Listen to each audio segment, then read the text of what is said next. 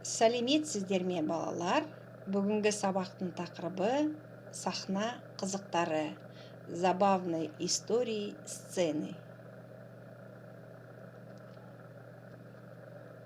Бүгінгі сабақта өзінің немесе өзгенің болашақ жоспары туралы айта білуге үйрену. Бүгінгі сабақтың жаңа сөздері: сазгер, композитор, көрермен, зритель, қазылар алқасы, жюри, тілші, корреспондент, болашақ, будущее. Қайталаймын: сазгер, көрермен, қазылар алқасы, тілші, болашақ. Ребята, обратите внимание на произношение слов. Жақсы, сөздік дәптерге жазып алыңыздар. Енді суреттер арқылы жаңа сөздерді үйренейік. Сазгер, композитор, көрермен, зритель, қазылар алқасы, жюри, тілші, корреспондент. Сазгер, көрермен, қазылар алқасы, тілші.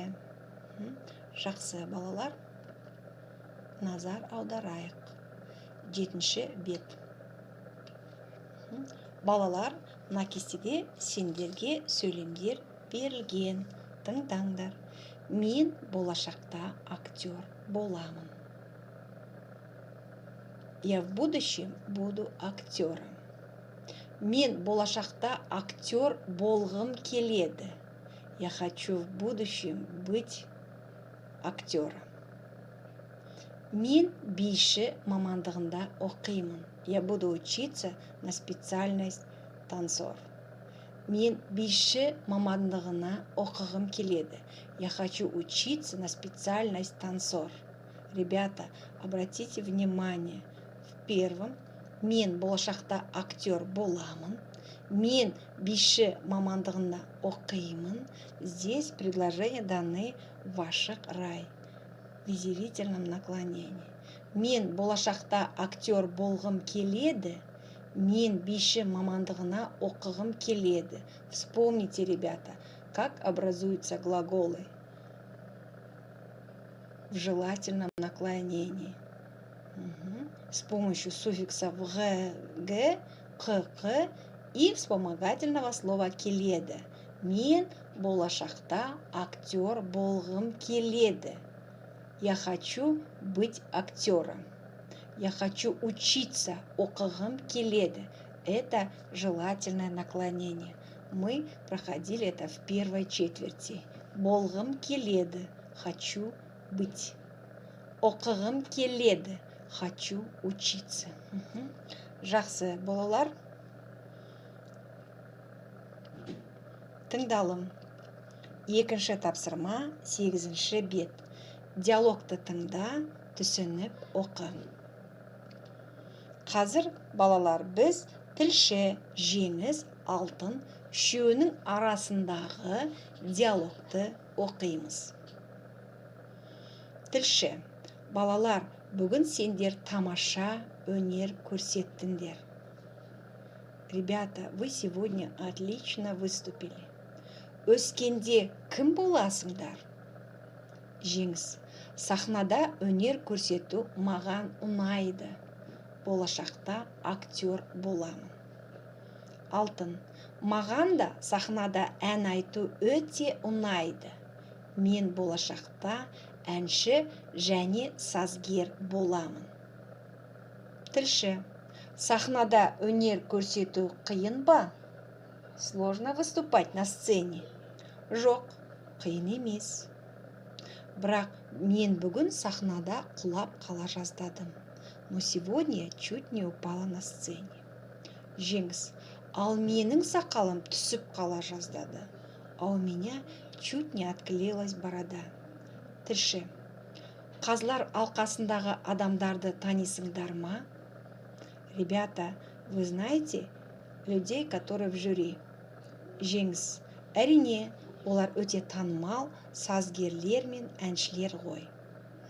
Жақсы, балалар, енді өздерің бірнеше рет оқыңдар. Ребята, самостоятельно прочитайте текст. Енді осы диалог бойынша сұрақтарға жауап беріп көрейік. А теперь, ребята, попробуем ответить на вопросы по этому диалогу. Сұрақтарға жауап берейік.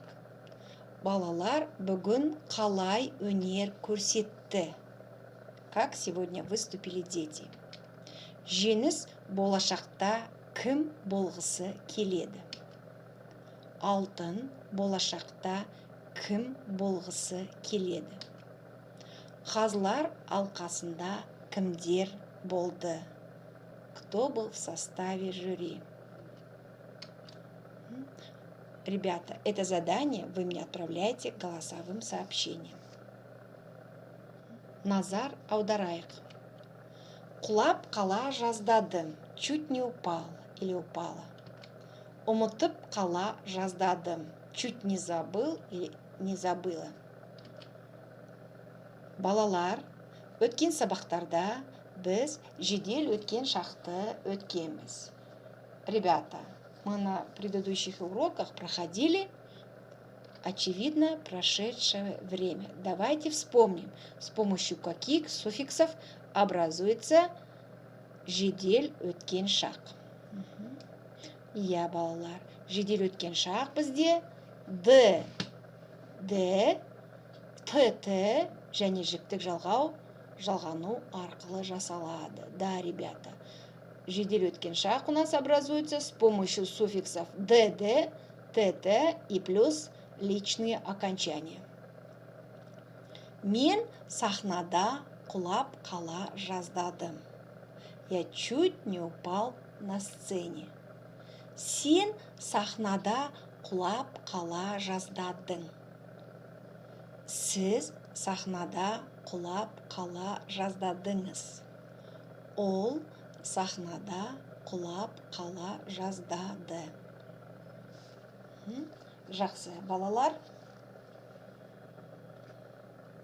Балалар, дәптерлеріңізді ашыңыздар, бүгінгі күнді жазыңыздар. Желтоқсанның 8-і, сахна қызықтары. Бірінші тапсырма, 7-ші бет. Суреттер бойынша сөйлемдер құрастырып жаз. 7-8 сөйлем. Составь по картинам предложения и напиши. 7-8 предложений. Ребята, вам нужно по картинам составить предложение и написать в тетради. 7-8 предложений. Жақсы, балалар, кері байланыс. Түсіндім. Сұрағым бар. Түсінген жоқпын.